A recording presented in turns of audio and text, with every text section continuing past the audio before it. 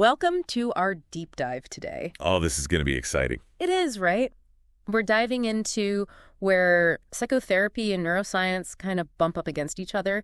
We're looking at how a model, it's called internal family system. IFS. IFS, exactly, might actually be tapping into how our brains are wired to heal. Like it's using the brain's natural processes. Yeah, especially from trauma, that kind of thing. Right.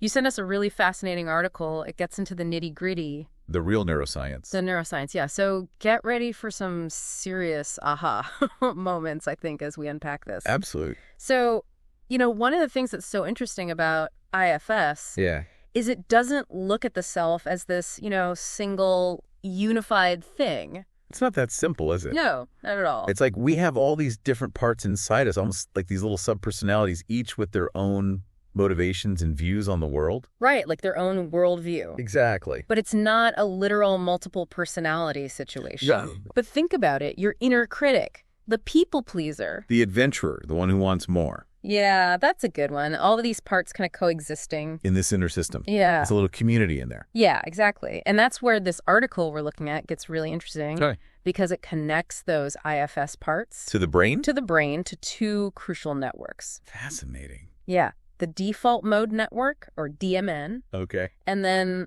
the task positive network. The TPN. The TPN. Catchy acronyms. Yeah, they are. I love it.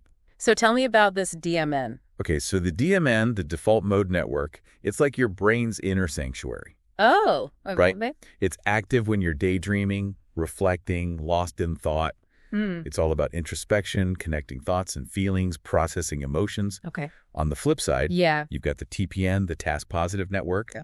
That's your ready for action mode, I like that. laser focus, tackling tasks, engaging with the external world. So it's like you're in the world, stuff's happening, Exactly. versus you're in your own head. Yeah, and they're constantly interacting, influencing each other. This is fascinating. So like a neural dance. Yes, a neural dance. They're influencing each other all the time. And it's almost like a push and pull. When one network is active, the other tends to be suppressed. Okay. That's why it's hard to deeply reflect when you're also trying to meet a deadline, Yes. right? Yeah. Introspection versus action, that's the DMN and TPN interacting. This is so interesting. And that's where trauma comes in. Ah, yes, because it disrupts this balance, right? That article really pointed. That throws things out of whack. Yeah. When we experience trauma, our brain, it goes into protection mode. Sure. Yeah. Survival kicks in. Yeah. Which often leads to the TPN becoming dominant. Okay. Because that's about threat response, vigilance, always on alert. So, like,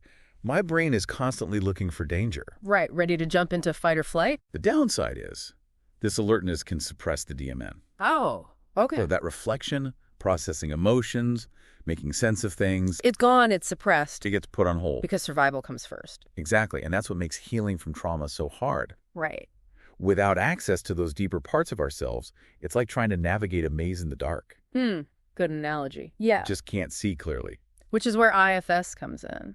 IFS to the rescue. Potentially, yeah. It offers this maybe groundbreaking approach to healing. Well, it seems to address this neural imbalance that trauma can create. Yeah, that's what I was thinking. Yeah. And what sets IFS apart is its emphasis on cultivating a safe, compassionate, internal environment before diving into the trauma. So safety first. Safety first. Okay. It recognizes that these parts of ourselves, even the ones that seem negative, they're not bad. Right. They have roles, motivations, often from past experiences, Makes sense. and they deserve respect and understanding. Okay, so instead of trying to eliminate them, We engage with them we engage with them. from a place of curiosity and compassion. I like that. And this is where the 8 C's of IFS come in.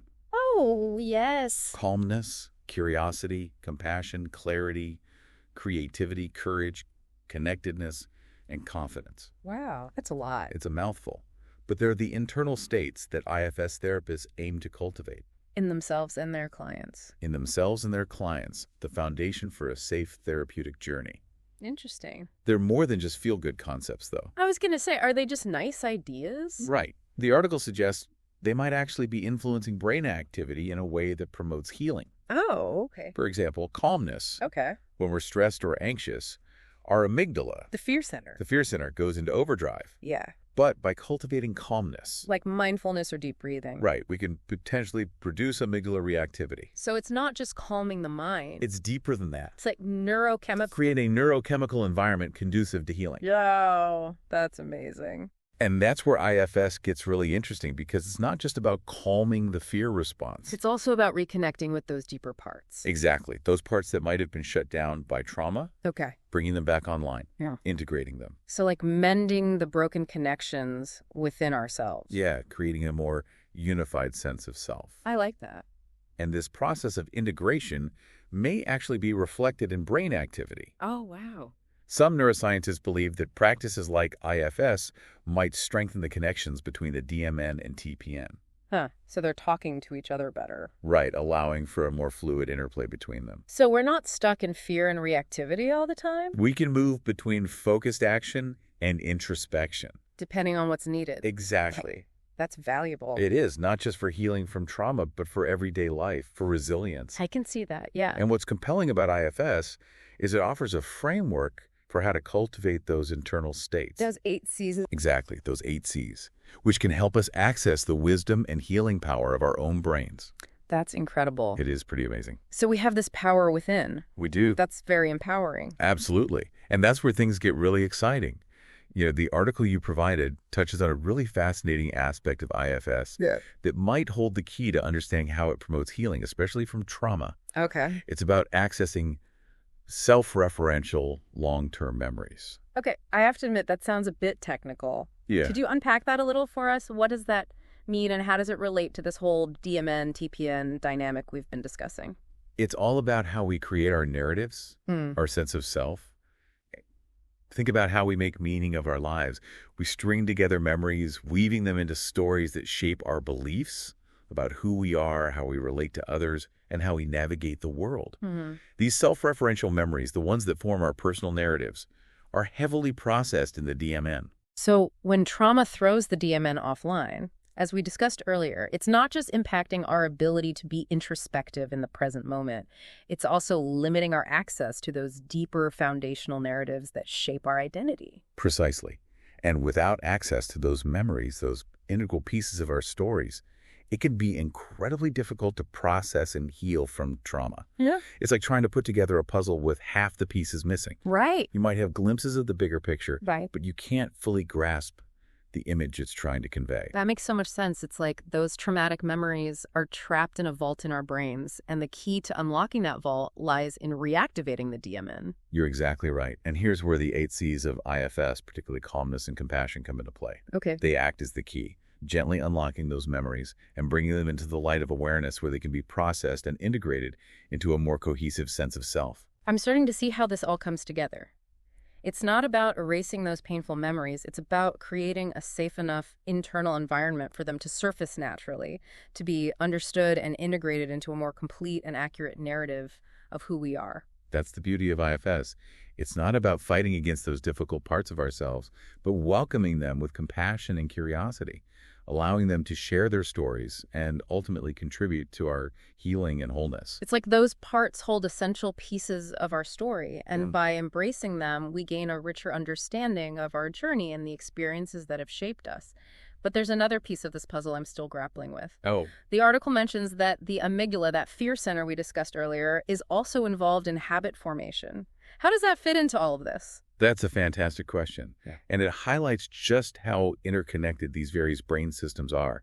Remember, the amygdala's primary role is to detect threats and trigger the fight or flight response. Right. But it's also deeply involved in learning and memory, particularly when it comes to experiences that evoke strong emotions. So if we experience something pleasurable, the amygdala takes note, and that contributes to the formation of habits that lead us to seek out that pleasurable experience again. Exactly. And the same principle applies to negative experiences. When we repeatedly encounter something that triggers fear or anxiety, the amygdala reinforces those neural pathways, making us more likely to react with fear or avoidance in similar situations in the future. So trauma can create these deeply ingrained habits of fear and avoidance patterns of behavior that can be challenging to break free from. Yes. And that's where the unique approach of IFS becomes particularly relevant, unlike some therapies that directly target and try to modify these negative thought patterns and behaviors. IFS prioritizes creating that sense of internal safety and self-leadership as a foundation for healing. So it's less about wrestling with those ingrained habits and more about cultivating a different kind of inner landscape where those habits naturally lose their grip. It's like tending a garden. By creating the right conditions, you can encourage the growth of healthy plants and crowd out the weeds. That's such a beautiful analogy, and that's precisely what IFS aims to do, create a fertile inner landscape where healing and growth can flourish organically. We love that. But I'm curious, as we delve deeper into the nuances of IFS and its potential impact on the brain, a question that often arises is, how do we know it's influencing these intricate neural processes? What evidence do we have? That's a great question. Well, there's a rapidly growing body of research on the brain mechanisms underlying trauma, mindfulness, and emotional regulation research, specifically on how IFS impacts the brain, is still in its early stages. Yes, but it's a field that's gaining momentum. And while we may not yet have all the definitive scientific proof, what we do have is a compelling blend of clinical observations and a theoretical framework that strongly suggests IFS is working in harmony with the brain's natural healing capabilities. So it's like we have a map that points us in a promising direction, and as more research is conducted, we'll continue to refine that map and gain a more detailed understanding of the terrain. Exactly. And even without all the answers yet, the evidence we have so far, coupled with the profound transformations witnessed in clinical practice, suggests that IFS is tapping into something truly remarkable: the brain's remarkable capacity for healing and change. It's incredibly empowering to realize that we have the potential to influence our own brain activity, to shift those neural pathways and create a more balanced and harmonious internal world. And that brings us to another fascinating aspect of IFS. It's focused on working with the different parts that make up our internal system. Okay. It's not just about calming the amygdala or reactivating the DMN. It's about understanding and engaging with these distinct parts of ourselves, recognizing their unique roles and motivations, and ultimately integrating them into a more unified sense of self. That makes so much sense. It's like each part holds a piece of the puzzle, and by bringing those pieces together, we create a more complete and harmonious image of who we are. But how does this concept of parts relate to the brain's activity? Is there a neural correlate to this internal system of subpersonalities? That's a question that researchers are still exploring. But there are some intriguing clues emerging from neuroscience. For example, studies using brain imaging techniques like fMRI have shown that different brain regions become active when people are asked to think about different aspects of themselves. So it's like different parts of the brain light up depending on which part is in the spotlight at that moment? Exactly. And this suggests that these parts might not just be metaphorical constructs, but may have a real measurable presence in the brain's activity. That's fascinating. So by working with our parts in IFS, we might actually be influencing the way our brains function, creating new connections and pathways that promote greater integration and harmony within ourselves. That's the exciting possibility that IFS presents, that by changing our inner world, we can actually change the physical structure and function of our brains. It's a powerful testament to the plasticity of our brains, their ability to adapt and evolve throughout our lives. This whole conversation has been so mind-expanding, and I feel like I've gained a whole new appreciation for the intricate dance between our inner world and the physical workings of our brains. But before we get too carried away with the neuroscience, let's bring this back to something relatable for our listeners: habits. The article mentions that habit formation plays a crucial role in IFS, and I'm curious to explore that further. That's a great segue. And understanding the role of habits in IFS can be a game changer because it highlights the interconnectedness of our thoughts, feelings, behaviors, and brain activity. It's like we're looking at tapestry where each thread, each pattern contributes to the overall design. So how do habits fit into this intricate tapestry of IFS and the brain? Well, think about it this way. Our habits are essentially ingrained patterns of thought, feeling, and behavior that we've developed over time. They often operate on autopilot without much conscious awareness, and they can be incredibly powerful in shaping our experiences. Okay, yeah, I can see that. So they really kind of fly under the radar, They do. but they have a huge impact. So how do these habitual patterns relate to IFS and this whole idea of working with our parts? IFS recognizes that many of our habits especially the ones that cause distress or keep us stuck, these unhelpful cycles, they're actually driven by our parts. Okay. These parts often formed in response to past experiences. Right. They've developed these strategies to protect us or help us cope. Okay. And those strategies often manifest as habits. So a part that's trying to protect us from rejection might develop a habit of people-pleasing, or a part that's trying to shield us from criticism might become a perfectionist. Exactly. Those are great examples. And these habits, while often well-intentioned, can end up limiting our lives, preventing us from really living authentically and joyfully. Right. Yeah, they backfire in a way. We do. So that's where IFS comes in, right? It offers a way to kind of understand and work with those parts and the habits they're driving. Precisely. IFS invites us to get to know these parts, to understand their motivations, their fears, and to cultivate a relationship of compassion and understanding with them. Okay. It's not about trying to eliminate or suppress them. We're not fighting them. We're not fighting them, right? Okay. It's about creating a sense of internal harmony where those parts can feel seen, heard, and valued. It's like we're creating this council of inner advisors, each with its own perspective and expertise, and by learning to listen to and collaborate with them, we can make wiser, more aligned choices.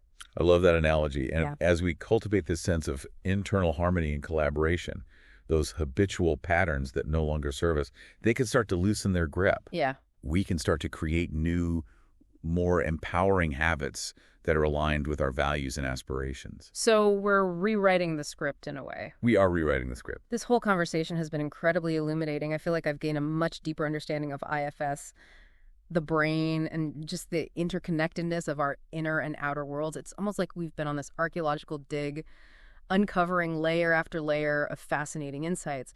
But if there's one key takeaway you'd want our listeners to walk away with from this deep dive, what would it be? If there's one thing I hope listeners remember, it's that healing is possible, even if you've experienced deep trauma or struggle with ingrained patterns that seem impossible to break free from. There's hope. There's always hope. Our brains are incredibly adaptable and resilient, and approaches like IFS offer these powerful tools for tapping into that innate capacity for healing and transformation. It's so empowering to think about that. It is. It's not just about healing from trauma or breaking free from those negative habits. It's about understanding ourselves more deeply, cultivating a more compassionate and harmonious relationship with our inner world, and ultimately living a more authentic and fulfilling life. Absolutely. It's about recognizing that we are not our parts, nor are we defined by our past experiences. Right. We have a core self, this place of wisdom, compassion, and resilience, and IFS can help us access that self, allow it to guide us towards wholeness and well-being. It's been such a rich and thought-provoking conversation. I'm so grateful for your expertise and insights. But before we wrap up, I'd love to leave our listeners with a final question to ponder, given all we've discussed about the DMN, the TPN, and the power of cultivating those 8 Cs. What activities or practices in your own life help you access that space of inner calm and self-reflection? What helps you switch off autopilot and tap into the wisdom of your core self? That's a wonderful question to leave our listeners with. It could be anything from spending time in nature to practicing mindfulness to engaging in creative pursuits. Whatever helps you tune in to your inner world and cultivate a sense of connection with your authentic self. And for anyone who's feeling inspired to explore IFS further, there are so many wonderful resources available: books, websites, podcasts, even trained IFS therapists. It's true. Yeah, this journey of self-discovery is a lifelong adventure, and IFS offers a powerful compass to guide us along the way. Couldn't agree more. Well, thank you again for joining us on this deep dive into the fascinating world of IFS and the neuroscience of healing. Until next time, keep exploring, keep learning, and keep diving deep